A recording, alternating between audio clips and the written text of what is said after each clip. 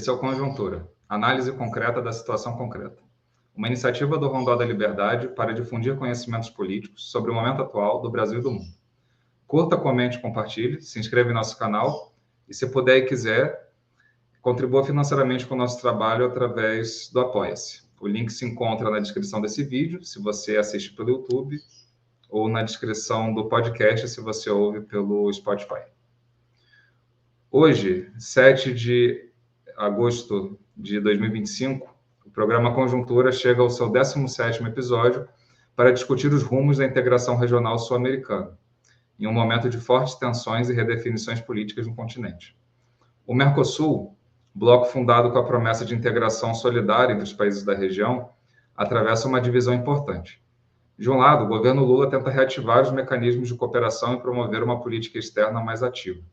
De outro lado, governos como o de Javier Milei, na Argentina, operam abertamente para desintegrar o bloco e alinhar-se aos Estados Unidos. Enquanto isso, o acordo entre Mercosul e União Europeia se arrasta sem um desfecho.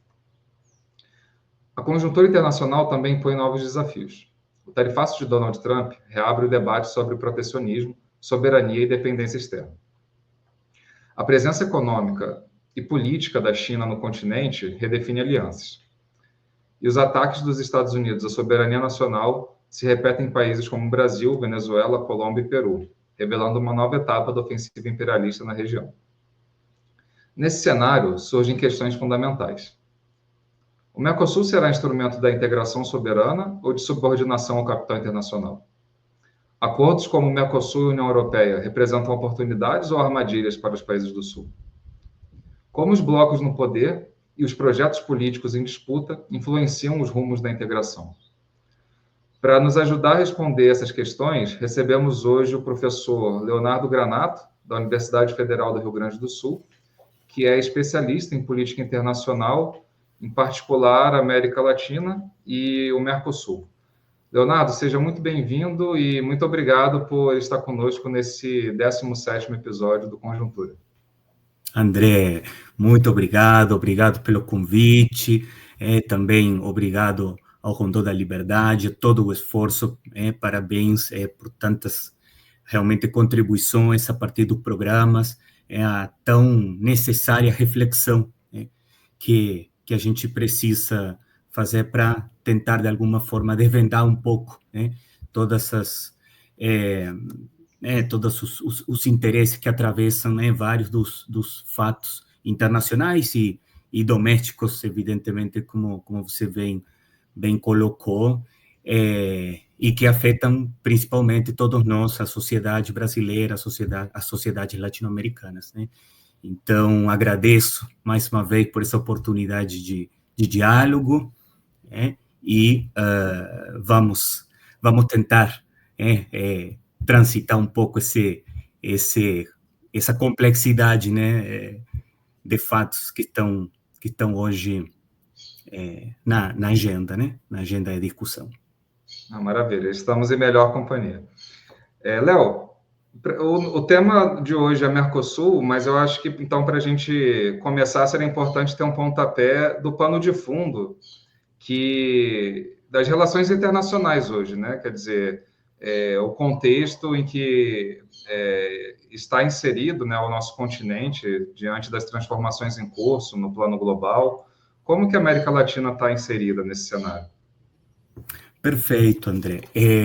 Bom, uma pergunta muito importante, porque, sem dúvida, não podemos falar do Mercosul hoje, dos desafios que o bloco tem pela frente, sem fazer referência às transformações na ordem mundial, os conflitos que perpassam essas transformações, e como, de alguma forma, a América Latina e, especificamente, o Mercosul reagem a elas. Então, bom, eu começaria, André, falando um pouco justamente do pano de fundo, do que a gente tem como transformações hoje na ordem global. Em primeiro lugar, a gente tem uma economia internacional que desde 1970 está numa fase diríamos, de uma queda continuada, né, na produtividade. Então, e ainda uma economia internacional que deve lidar com os efeitos prolongados, diríamos, da crise internacional de 2008. E nós temos, soma-se a isso, essa chamada de transição para a multipolaridade. Se você quer, do ponto de vista político e econômico, uma transição expressa justamente no poderio econômico da China, no renascimento da Rússia, e no agravamento das tensões, dos conflitos, não apenas políticos, econômicos, em meio a esse cenário de queda da produtividade, conflitos armados entre as grandes potências, entre os grandes players, diríamos, jogadores nesse tabuleiro. E bom, não há dúvida que, em meio a esse cenário, onde o domínio, diríamos, do Ocidente acabou, esse domínio de uma ordem mundial forjada no pós-Segunda Guerra, mas também o poder unipolar que caracterizou essa ordem,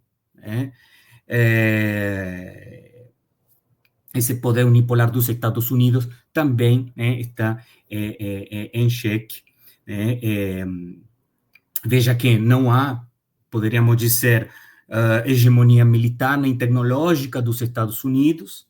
Eles não conseguem derrotar a Rússia, não conseguem assumir, poderíamos dizer, a liderança em digitalização, em tecnologias verdes, que eventualmente fazem parte da estratégia para revigorar esse capitalismo, essa ordem capitalista em crise. Em matéria financeira, bom, avançou-se muito no Oriente, já há sistemas alternativos ao SWIFT, ao sistema justamente de transações bancárias. Nós temos o sistema chinês, os russos também desenvolveram, mas o que predomina é o sistema chinês. No âmbito dos BRICS também está sendo desenvolvido um mecanismo, se não me engano, o BRICS Pay. Então, bom, evidentemente eu faço menção a esses fatos, André, porque isso está revelando mudanças que têm a ver com o quê? Com a perda ou a conquista, a depender de vantagens estratégicas na ordem mundial. E toda transição, toda mudança desse tipo, bom, ela nunca é pacífica, ela é complexa pelos diversos atores envolvidos, mas nunca é pacífica. E o que a gente vem vendo, corroborando, verificando, particularmente agora com o governo Trump, é justamente a consciência por parte dos Estados Unidos, de que o país já não tem a primazia plena, pelo menos como antigamente, como outrora, e revela também uma nova racionalidade, diríamos, para tentar contornar os desafios dessa transição para a multipolaridade. Aquilo que a gente vem observando como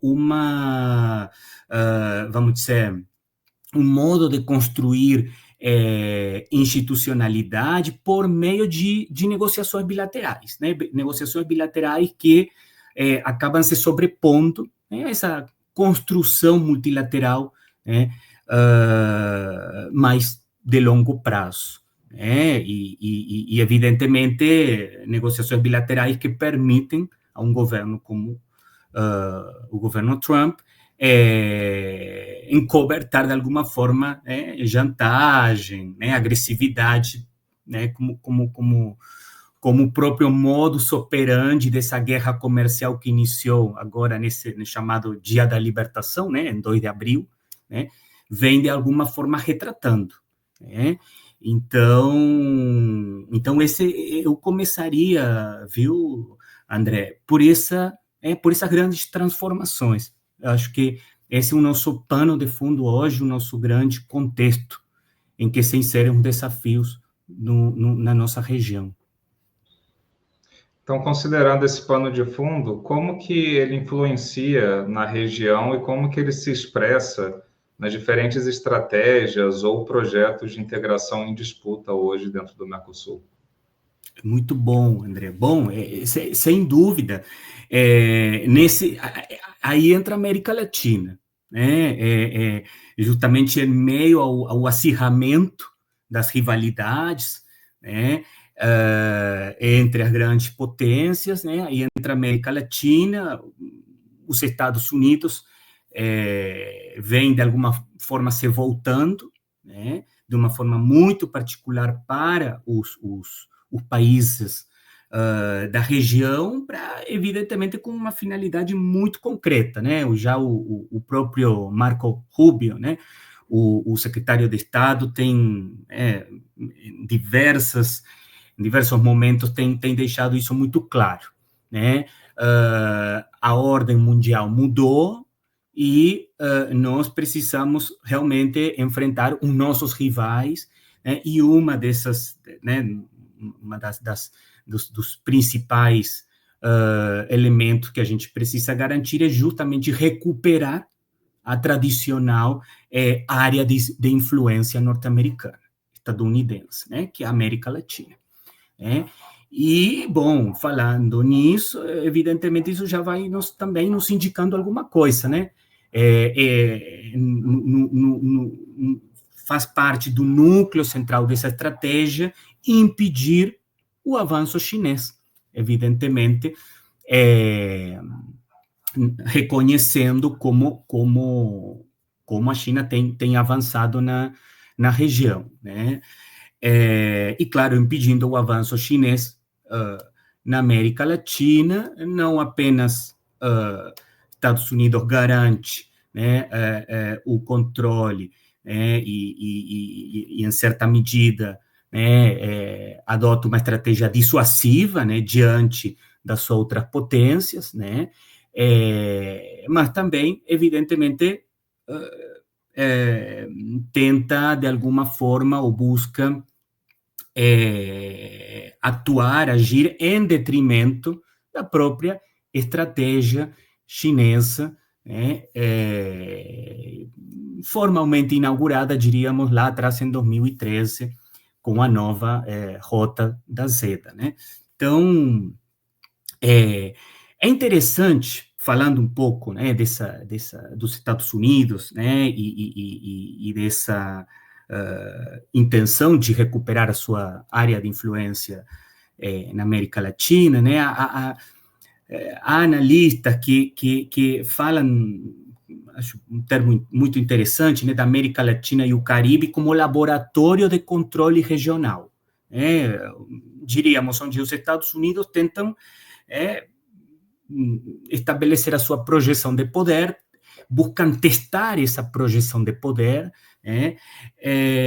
fundamentalmente por meio do uso intensivo, de coerção. E, bom, isso, de alguma forma, nos remete também, já talvez ao vigor, tanto que tem se falado, sobretudo anos atrás, a partir do governo Obama, que os Estados Unidos teriam assumido uma outra posição, uma outra postura em relação à América Latina. Na verdade, o que a gente vem corroborando com o governo Trump é o vigor de postulados clássicos, como a doutrina Monroe, ou a diplomacia, que combina ameaça de forma explícita ou implícita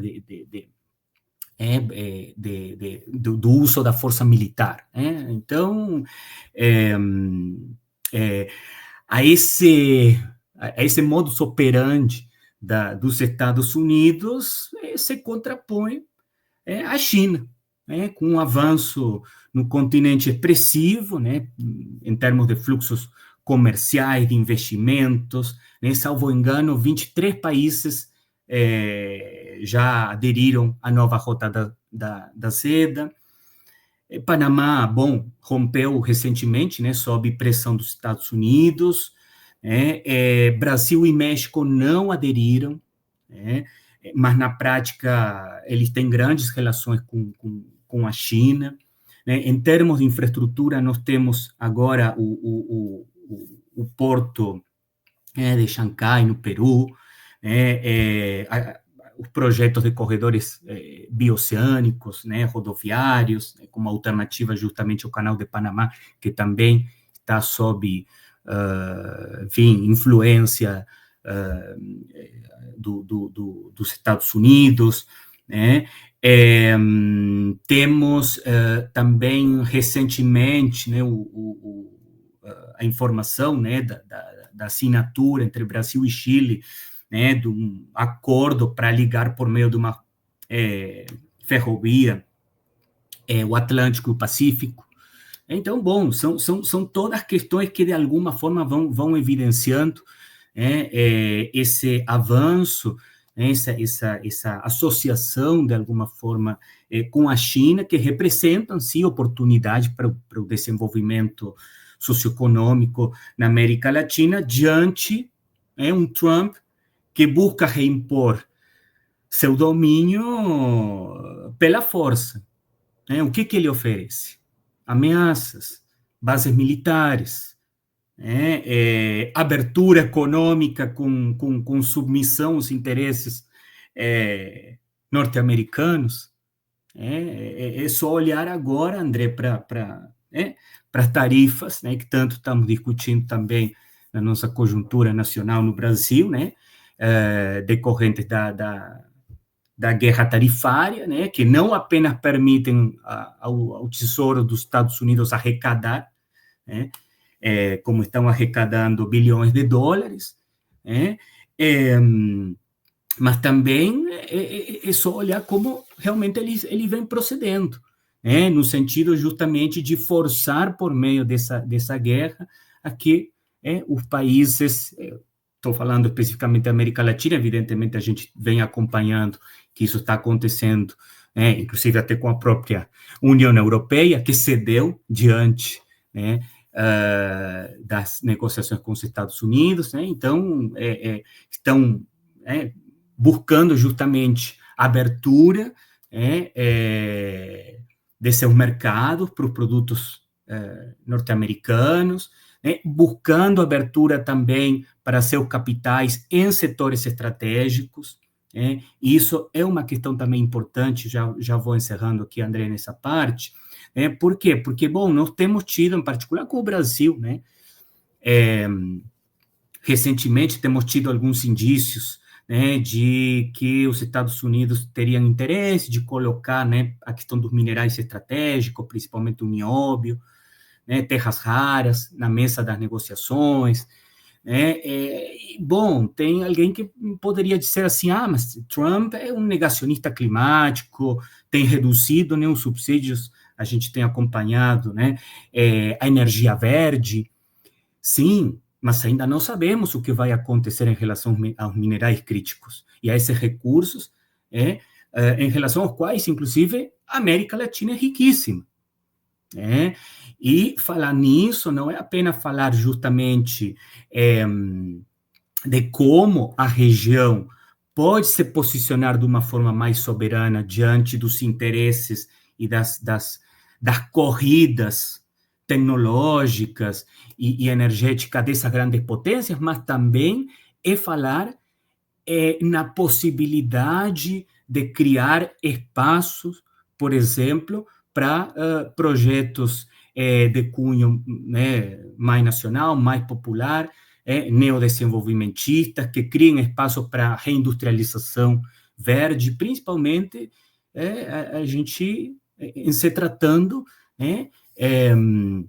de economias primarizadas, economias justamente que sofrem de uma desindustrialização precoce.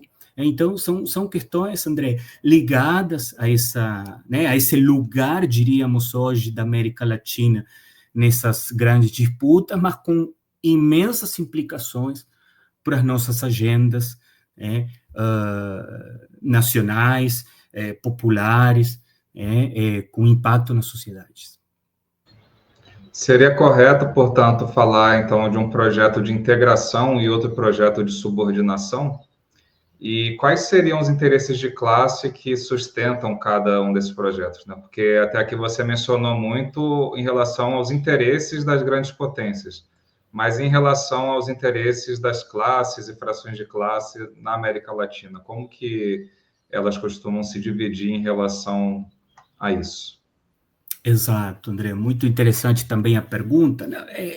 Na verdade, a gente está agora, de alguma forma, afunilando em relação ao papel, da integração, da articulação regional diante desses interesses, diante desse cenário de instabilidade, de agressividade, de reposicionamentos. E não há dúvida de que, em meio a esse cenário, os países latino-americanos periférico-dependentes precisam agir juntos, de forma coordenada, de forma articulada, na procura de margens de autonomia estratégica. Então, o que predomina hoje no continente é a fragmentação, e uma fragmentação que tem justamente se vincula, em grande medida, à polarização política, ao avanço da extrema-direita, mas também ao baixo grau de integração produtiva, poderíamos dizer, intrarregional. Então, o que nós percebemos, André, de alguma forma, tem a ver com essa pergunta, dos interesses de classe. Não há dúvida do predomínio, justamente, do interesse do capital estrangeiro, do vigor do receituário neoliberal, que, de alguma forma, acaba respingando, por assim dizer,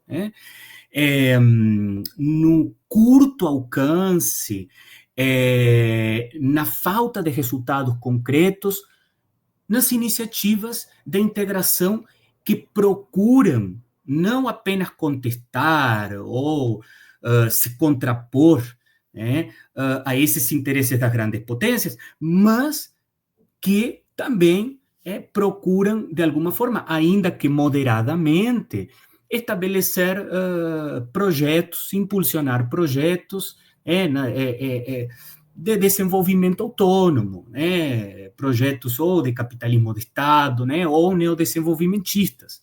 Então, a gente vê isso, por exemplo, no caso da rearticulação da CELAC, da Comunidade de Estados Latino-Americanos, por exemplo, que diante do tarifaço de Trump se manifestou, mas sem resultados concretos. E, em grande medida, essa falta de resultados remete um pouco sem dúvida, a esses interesses de classe que, para além das diferenças, e das configurações próprias dos diferentes blocos do poder, no poder de cada país, evidentemente, há poderíamos dizer, um elemento comum em todos os casos, que tem a ver com esse predomínio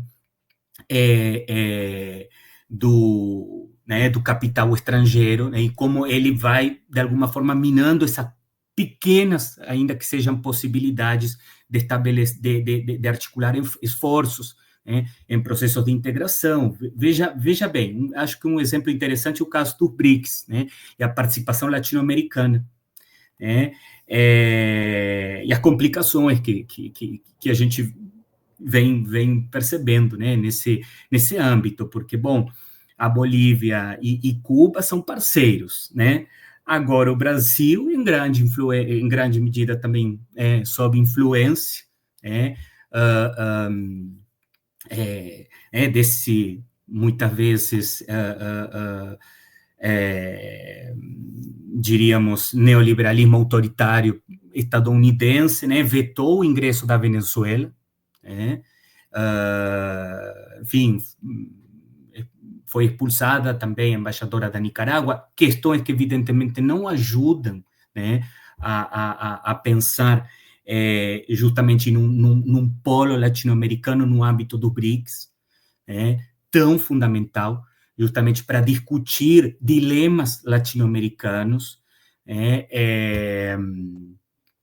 diante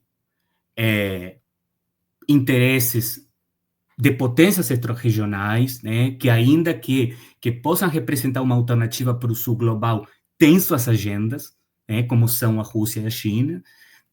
Então, a integração no BRICS, por exemplo, do México e da Colômbia também seria importantíssima, e não tivemos essa oportunidade, provavelmente no caso do México ainda, em função da grande dependência, né, em relação a economia norte-americana, provavelmente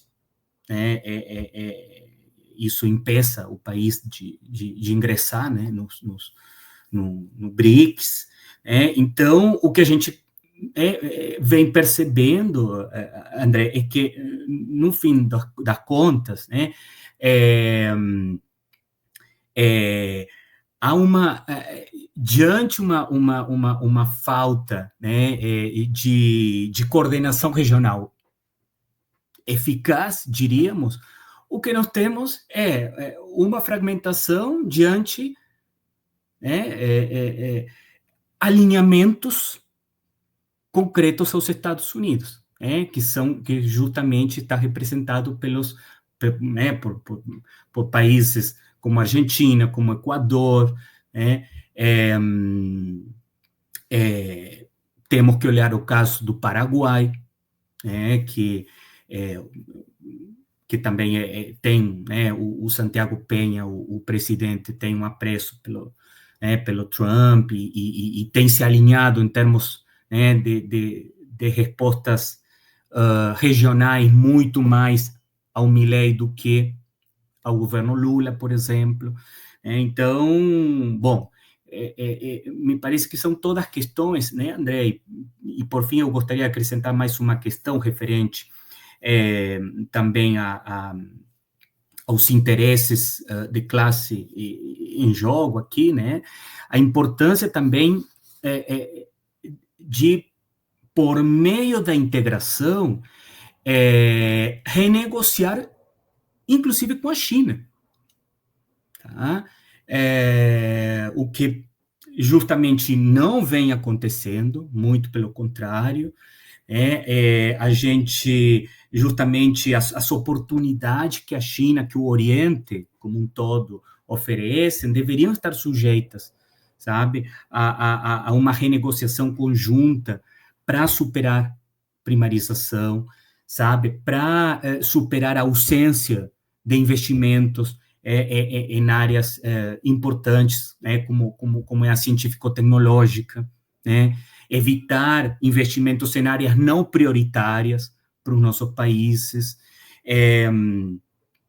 Então, bom, a ausência de transferência tecnológica, de tecnologia, são todas questões muito caras, muito valiosas, justamente para agendas ou projetos, né, que busquem a construção, seja de um capitalismo de Estado, seja de um projeto, diríamos, de desenvolvimento mais autônomo, e o que a gente percebe justamente é um fortalecimento, pelo contrário, dessa clássica matriz agroexportadora, né, desse clássico padrão periférico exportador, né, inclusive diante da China, né? Então, sem dúvida, isso nos faz pensar, né? E coloca questões, né? Questões que, inclusive, né, a gente vê a própria reação, né, da burguesia agora industrial brasileira, né, especificamente da Fiesp, né, que tem, de alguma forma, criticado, né, os gestos de Lula, diríamos, né, culpando a questão da desdolarização, né, e todo o discurso como parte, né, de um incômodo dos Estados Unidos, né, de um incômodo que veio gerar esse tarifaço, né? Então, e isso, de alguma forma, vai mostrando me parece, um quadro referente à burguesia interna latino-americana. Estamos falando especificamente do exemplo brasileiro, mas entendo eu que pode ser também aplicado a vários outros casos, onde, de alguma forma, revela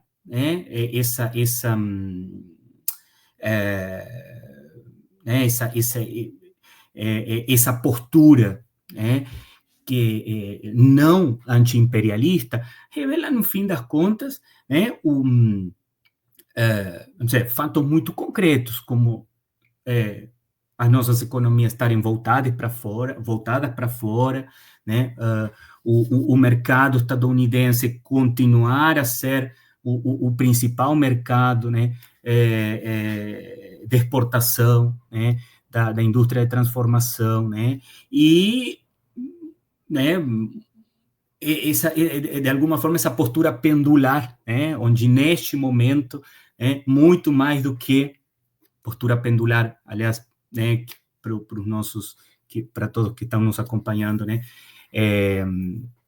que o próprio, né, colega, companheiro Danilo Martuccelli, formulou muito bem a partir das contribuições de Nikos Poulantzas, né, que fazem referência a isso, né, a essa postura ambígua, que ora vai pedir proteção do Estado, ora vai, né, justamente se alinhar, né, né, aos interesses imperialistas, principalmente de abertura. E parece ser esse o caso, né, porque, no fim das contas, o que a gente percebe é um pouco neste momento, essa postura mais conservadora, que acredito eu que, né, a gente acabe corroborando também em outros países da região, na medida que também os tarifaços e as ofensivas do Trump, né, continuem a se espalhar, né, pelos diferentes países, né? Então, agora, é muito interessante também, André, e talvez com isso ir encerrando um pouco esse panorama latino-americano, né? Verificar também, né, como, diante, né, do tarifaço recente, né, o Brasil, de alguma forma, contou, né, com um apoio simbólico, né, por parte do Chile, por parte do governo do Chile, do Uruguai, né, da Colômbia, particularmente nessa reunião de cúpula, né, em defesa da democracia, que tivemos há pouco em Santiago, no Chile, né,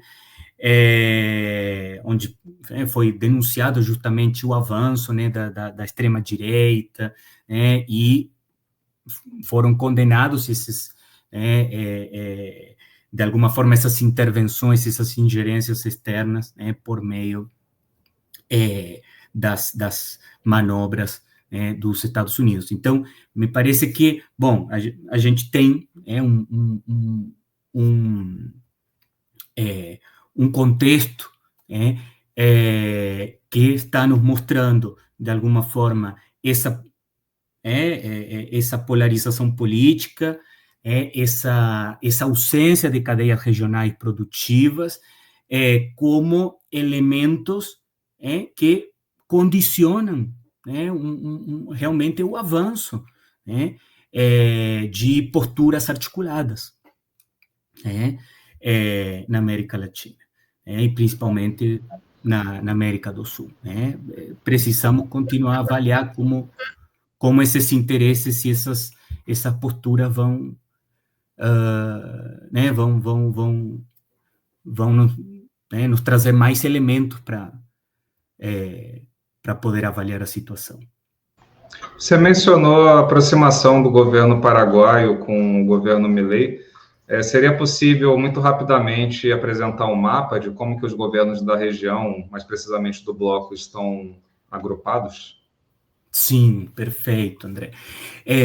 Bom, como eu disse, é interessante olhar para o caso paraguaio, né? Porque, enfim, é um caso que, inclusive,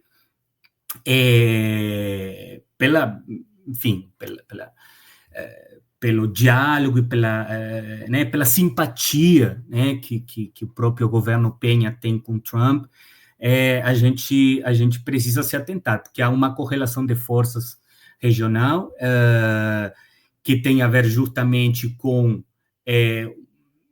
vamos dizer, o alinhamento ou a união de esforços, né, por parte de governos progressistas, né, como o governo uruguaio, brasileiro, chileno, colombiano, né, está acontecendo diante articulações que, principalmente no Mercosul, elas vêm tendo um impacto considerável, né, como é justamente o governo Milei e o governo Penha, né, de Paraguai. Então, são todas questões que de alguma forma nos indicam uma correlação de forças que tem tido impacto, né, que vem tendo impacto no modo, na forma em como os processos de integração regional, as iniciativas, elas vão se comportando, né? Então, no caso especificamente, eu diria, do Paraguai, é interessante observar, por exemplo, em relação ao Brasil, vou dar um exemplo que me parece que retrata bem, né, um pouco o que são as diferenças de perspectivas, né, e como essas diferentes perspectivas, elas enfim, operam em detrimento, em definitivo, de uma união, de uma integração no Cone Sul, né? E tem a ver com a questão energética, da renegociação do tratado, do acordo de Itaipu, né? Bom, neste momento, as negociações entre o Brasil e o Paraguai estão suspensas, se eu não me engano, né? Quer dizer, estão num impasse, né? E os Estados Unidos, muito em função, né, de que os Estados Unidos estão pressionando para que o Paraguai deixe de ser obrigado a ceder ao Brasil, o que seria a chamada energia excedente, né, ou seja, energia que não consome, a preço de custo, né? Então, agora, o interessante é que a pressão paraguaia justamente busca o quê? Que o Paraguai redirecione, né, essa energia excedente para empresas norte-americanas para alimentar data centers, né? E toda a questão em torno da inteligência artificial, né? Então, eu menciono isso por quê, André? Porque, na verdade, né, o Paraguai tem se mostrado, né, solícito, né, a pleitear justamente nessa renegociação a liberdade de não ter que vender ao Brasil esse excedente energético, o que revela uma falta de solidariedade, revela justamente uma falta de um interesse comum em estabelecer projetos regionais de cooperação. Né? E isso, se a gente vai olhar para o Mercosul, se traslada o Mercosul de uma forma muito, muito clara, né? Porque o Paraguai tem apoiado, né, justamente as iniciativas libertárias, por assim dizer, né, de abertura irrestrita, econômica irrestrita do Milei, e tem levado né, ao Mercosul, em particular, agora, né, a focarem especificamente em alternativas restritas à abertura, justamente a tentar rebaixar a tarifa externa comum, que é o dispositivo que o Mercosul tem para proteger o mercado regional, os mercados internos, né, os capitais nacionais, diante da competitividade externa, evidentemente. Então, tanto o governo Milei, né, quanto esse apoio paraguaio tem levado justamente a focar os esforços de discussão nesse aspecto, né? E recentemente, André, na reunião de cúpula, né, dos primeiros dias do mês de julho, do mês passado, é interessante ver como o que foi aprovado, resolvido, isso fala também das ambiguidades um pouco, né? Ou, enfim, das impossibilidades do Brasil de poder estabelecer outros arranjos, né? Foi o que foi aprovado justamente um pleito, né, do governo Milei, né, de elevar para 150, né, as exceções dos produtos inclusos na listas, né, de exceções à tarifa externa comum. Né? Então, o que evidentemente corrobora essa tendência de uma abertura, mas não de uma abertura saudável, né? E sim, justamente, de tentar, vamos dizer, atender aquilo que a política externa do governo Milei vinha procurando, que era margens de negociação com os Estados Unidos. Os Estados Unidos aplicou tarifaço também ao governo Milei, isso fez com que o governo Milei também ficasse no Mercosul, ficasse mais quieto, né, não voltasse com as ameaças de sair do Mercosul e demais, né, mas, de qualquer forma, ele, com a aprovação, diríamos, dessas novas exceções, a tarifa externa comum, ele conseguiu, uma vantagem, né, que é o que procurava, que é a vantagem desses 50 produtos a mais, né, para tentar renegociar tarifas com os Estados Unidos. Né. Evidentemente, isso também atendeu ao Brasil, né, e isso levou novamente à fragilidade do Mercosul, né, porque, no fim das contas, né, o resultado que nós temos hoje é justamente uma agenda que, de alguma forma, possibilita as negociações bilaterais, individuais, de cada um dos países do bloco, com os Estados Unidos, né? Diante da sobretaxação, né? Então, e não uma saída comum, né? Novamente, uma reivindicação comum, né? Uma intenção justamente de planejamento comum, de estabelecer algum tipo, ainda que mínimo, de política de coordenação intraindustrial, produtiva, né? E, bom, voltando aos interesses de classe, né? Não é novo, né? Evidentemente,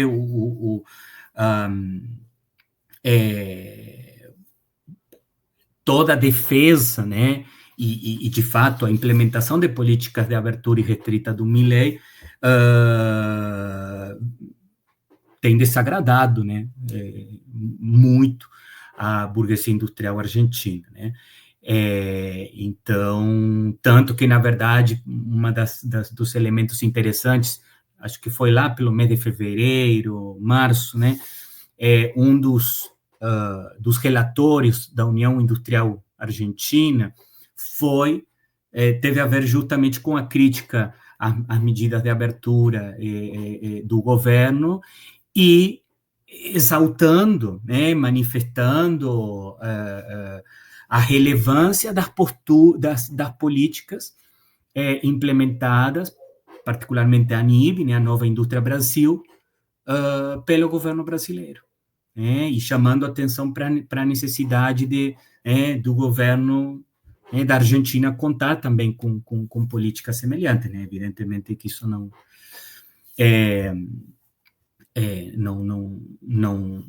tem espaço, muito menos, André, quando a gente olha justamente para as negociações com o FMI, por parte do governo Milei, que cada vez mais se exige, né, mais ajuste fiscal, mais privatizações em troca, né, reforma da Previdência e assim por diante, né, retirando direitos sociais. Então, agora em agosto, foi uns dias atrás, o FMI salutou e inclusive parabenizou, né, desembolsando, né, mais uma quantia de dólares para a Argentina, né, em função de um acordo de facilidades estendidas, né, que se chama, né, parabenizou o governo, né, e as metas e demais, além de, claro, né, reconhecer que algumas questões não tinham sido atingidas ainda, a questão principalmente das reservas internacionais, né, mas isso já, né, vai mostrando, evidentemente, uma política contracionista que não tem como ser conciliada, evidentemente, com uma agenda produtiva e com algum tipo de, não desenvolvimentista, mas com algum tipo de incidência ou de articulação com a fração industrial, né? Então me parece, André, essas serem algumas das questões que vão falando um pouco, né, pensando na correlação de forças, dos limites e das potencialidades do Mercosul atual, né? Então, eu queria que você falasse agora sobre o acordo Mercosul-União Europeia. Qual que é o significado e o que ele revela sobre o projeto de inserção internacional das frações burguesas na América do Sul? Certo, André. Bom, eu diria o seguinte, quando a gente vê, a gente olha, bom, qual que foi o grande elemento até agora, né, aglutinador, diríamos, do Mercosul? Bom, eu já mencionei a questão do rebaixamento, né, do desmonte, por assim dizer, da tarifa externa comum, né? E um outro elemento que caracterizou, de alguma forma, que vem caracterizando o debate político no Mercosul, né, tem a ver com o acordo com a União Europeia. Acordo esse que, né, como a gente sabe, registra grandes controvérsias e principalmente resistência por parte, né, de alguns setores agrários em particular, particularmente o francês, mas também está o polonês, né? E há, bom, no âmbito da própria União Europeia, né, países como Espanha e Alemanha que estão tentando justamente olhar para o Mercosul e tentar, no Mercosul, encontrar uma saída, né, aos novos constrangimentos, né, principalmente advindos da política Trump, né, mas as resistências são diversas. Eu diria, André, que há uma questão que a gente vê de forma clara o que foi anunciado como grande logro, né, nessa última reunião de cúpula, agora o mês passado, no Mercosul, né? Além justamente da ampliação da lista de exceções ao arancel externo comum, né, em termos, diríamos, né, quem está vencendo aqui, mais uma vez, é a agenda da abertura, né?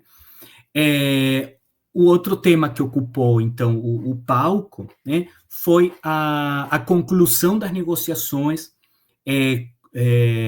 com a Associação Europeia de Livre Comércio, né, uma associação que nucleia Islândia, Liechtenstein, a Noruega, né, e a Suíça, né? Então esse foi, né, o grande elemento, né, que ele passa, né, a integrar um rol diríamos, de iniciativas que o Mercosul está buscando estabelecer com outros países, também da Ásia, sobretudo, né? Acredito eu, sobretudo a partir agora da presidência brasileira, que assumiu agora no segundo semestre, né? Então, bom, isso já vai nos falando um pouco das prioridades do Mercosul, né? Essa grande relevância dada à conclusão das negociações com a Associação Europeia de Livre Comércio. Por que eu estou mencionando isso, André? Porque, no fim das contas, tanto o acordo birregional com a União Europeia e esse acordo aqui com a Associação Europeia de Livre Comércio, eles impactam da mesma forma para a gente, em particular para as economias periférico-dependentes do Mercosul, né? Que tem a ver justamente com as grandes assimetrias principalmente comerciais e tecnológicas, né? O que faz com que justamente cada vez mais a gente fique afastado de possíveis agendas produtivas, né? De possíveis agendas de coordenação produtiva. Mas os industriais, ou pelo menos parte deles, têm defendido o acordo, né? O que explica isso? Exatamente. Bom, porque, na verdade, olham para esses acordos também por outras medidas que também parecem seduzi-lo, né? E tem a ver justamente com crédito de carbono, né? Com, enfim, certas medidas que, em se tratando da União Europeia, poderiam também trazer alguns benefícios, né? Investimentos produtivos, né? Mas quando a gente olha justamente a questão tarifária, né, e de abertura, realmente a complementariedade é ínfima, perto justamente as grandes assimetrias que que continuam a marcarem ambas as regiões. Então, em grande medida, talvez, teríamos que ver agora, justamente, teríamos que comparar, talvez, um pouco esse apoio, esse entusiasmo, mostrado pelos setores industriais um pouquinho lá atrás, quando ainda a gente não tinha esse cenário marcado pela política do governo Trump, e o cenário agora, O cenário agora parece ser um cenário muito mais no sentido de buscar alternativas e buscar abertura, como saída à crise, enquanto que lá atrás, de alguma forma, o que parecia trazer algum tipo de ganho aos industriais em relação ao acordo com a União Europeia era mais pautado justamente por uma iniciativa que agora está em xeque, que agora teremos que ver como evolui, que tem a ver com o Pacto Verde Europeu, e a possibilidade, como eu disse, do crédito ao carbono, a possibilidade de gerar investimentos produtivos nessas áreas de industrialização que que ofereciam algum tipo de margem para a indústria verde, isso me parece ser um pouco por aí, André, pelo menos uma das possíveis explicações, evidentemente, para essa afinidade ou para esse entusiasmo ou apoio, da indústria a esse acordo, insistimos, assimétrico, Então, agora, quando a gente vê, por exemplo, as manifestações do governo Lula em relação à presidência pro tempore que vai exercer agora no segundo semestre desse ano, no Mercosul, a gente vê como vamos dizer, o conteúdo programático está bem perfilado, orientado a estabelecer abertura de novos mercados, principalmente com mercados asiáticos, e mantendo sempre como grande a grande parceria a União Europeia. Então, acho que Macron a França já mostrou também a intenção de renegociar o que já estava negociado e aprovado, então a situação não é fácil nesse sentido, para os europeus. Os europeus veem uma possibilidade aqui também no acordo para tentar gerar alguma saída diante das medidas do governo Trump, e da sua submissão ao poderio norte-americano, mas a gente vai ter que avaliar. E tem uma outra coisa, André, que também agora entra em cena, que é esse acordo da União Europeia com os Estados Unidos. Esse acordo agora último, diante das sobretaxas, porque, na verdade, esse acordo, que sabemos que é assimétrico para a União Europeia, ele vai criar maior pressão, diríamos, para a União Europeia, pressão política e econômica, principalmente porque eles diante a manutenção de aranceles de 15% dos Estados Unidos, eles abriram as suas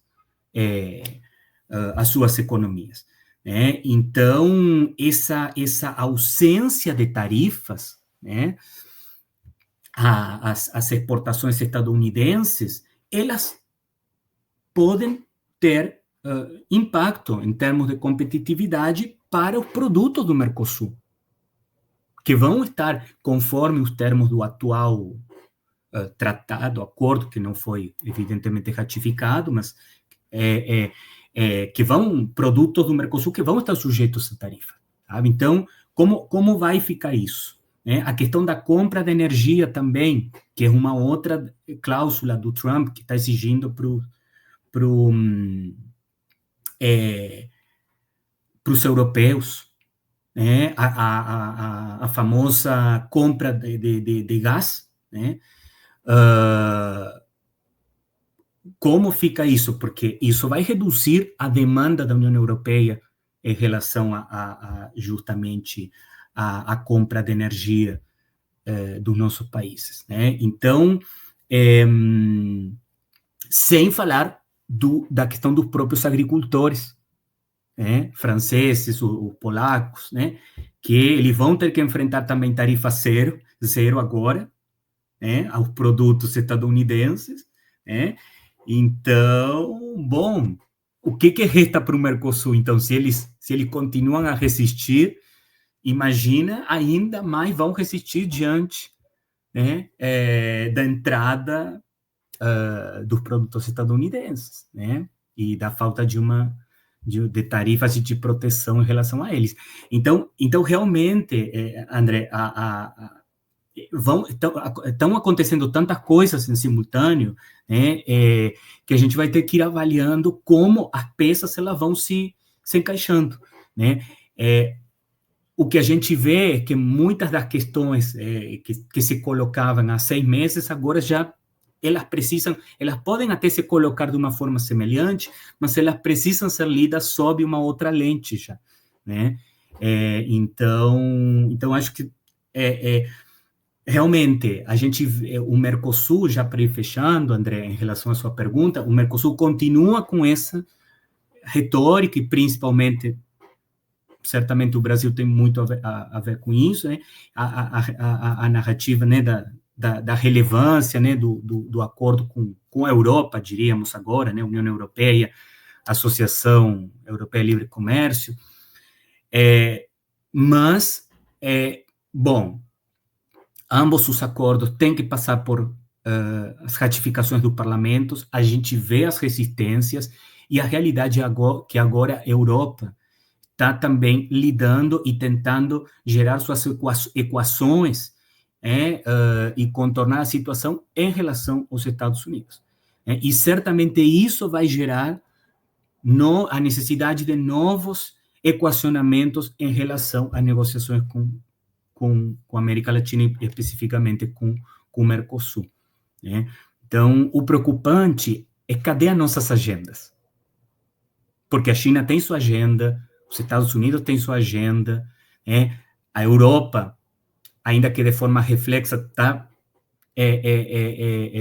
vendo o que fazer com a sua agenda, né?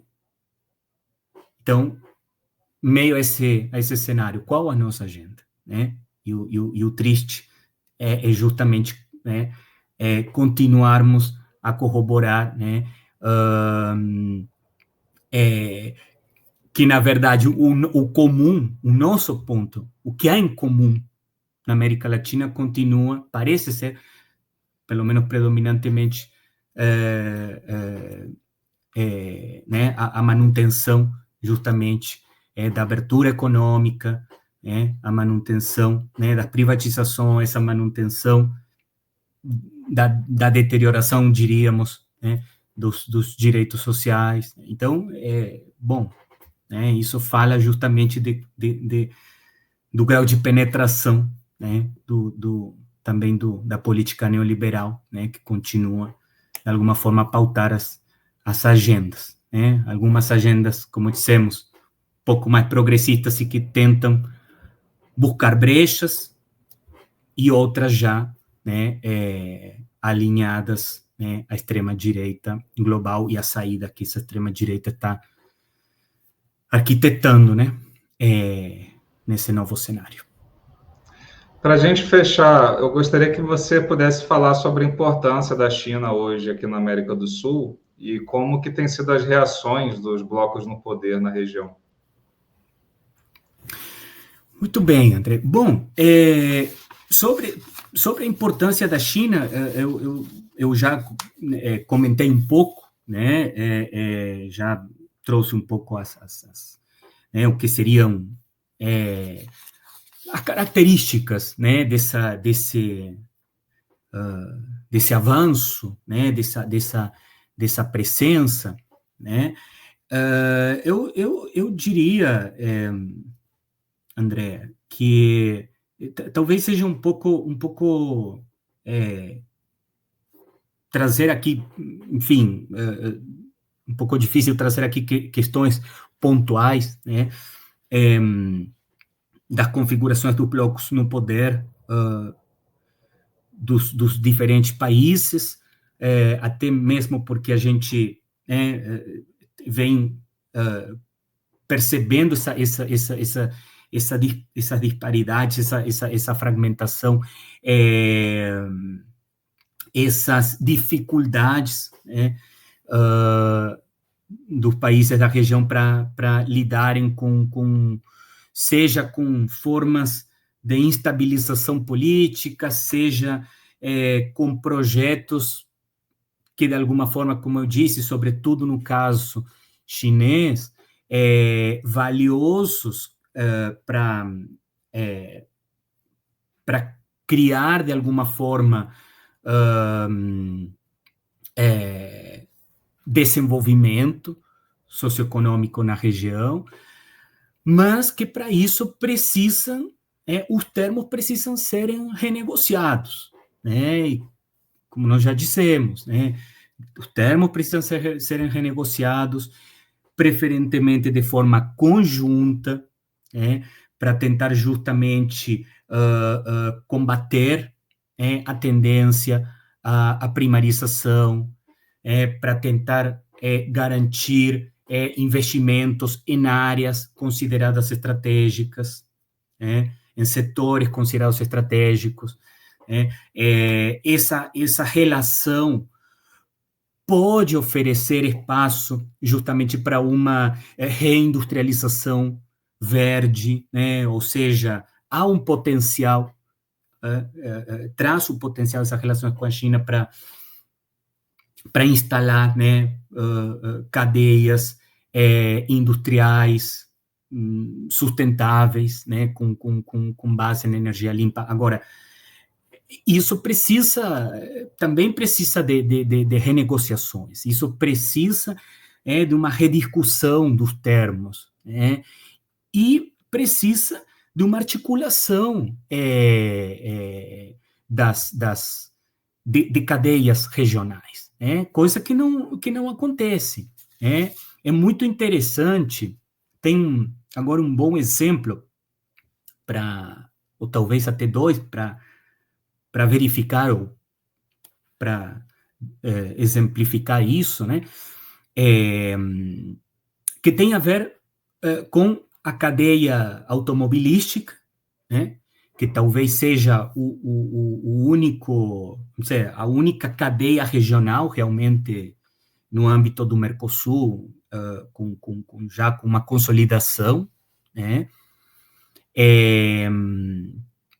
E a gente vê, por exemplo, agora, nessas últimas semanas, né, a associação que nucleia, que integra, né, as fábricas argentinas de autopeças, né, a gente vê um chamado, uma reivindicação, né,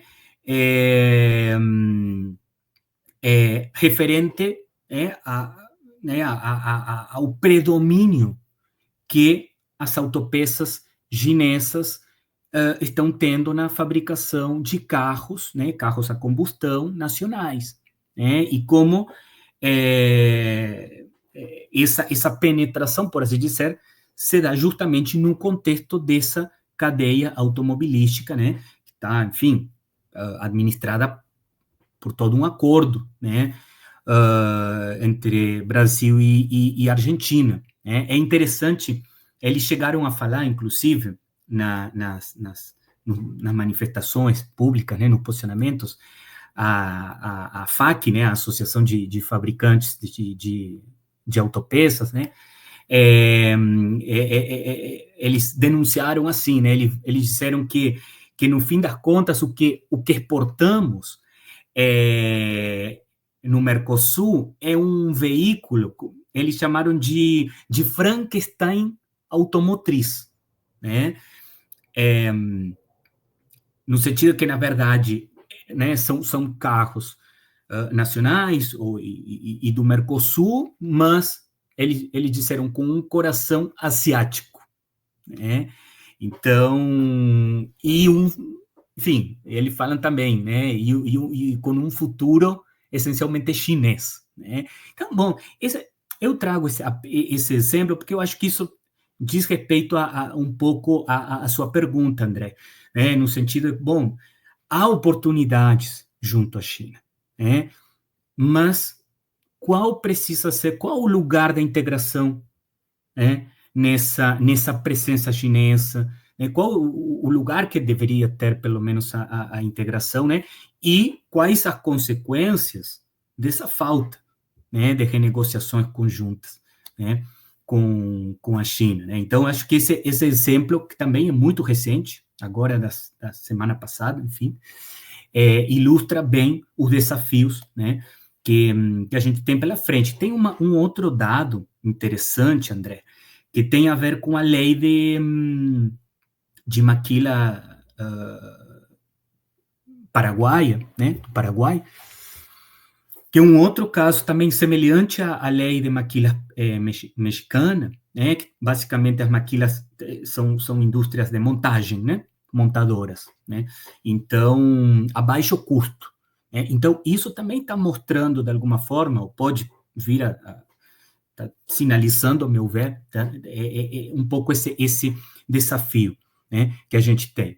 Essa falta, essa disputa, né, de alguma forma, por aberturas, né, por baratear custos, por tentar cada um por si barganhar, né, mesmo que sejam, né, enfim, fábricas, montadoras, né, que evidentemente a gente precisaria se perguntar, né, que desenvolvimento, né, trazem essas montadoras para nós. Uma discussão também em relação às fábricas, as montadoras chinesas no Brasil, né, de carros elétricos, né, então precisamos justamente de negociar a transferência de tecnologia, né? Essa ausência é clara, muito clara nesses dois exemplos que eu trouxe, e me parece novamente estar ali, né, o grande ponto para a discussão e para o debate, né, quando a gente pensa nessa presença chinesa na região, né? Bom, muito bem. Esse foi o professor Leonardo Granato, a quem eu agradeço desde já pela valiosa contribuição aqui do nosso programa de hoje. E ficamos por aqui. Até a semana que vem. Nos vemos lá. Tchau, tchau.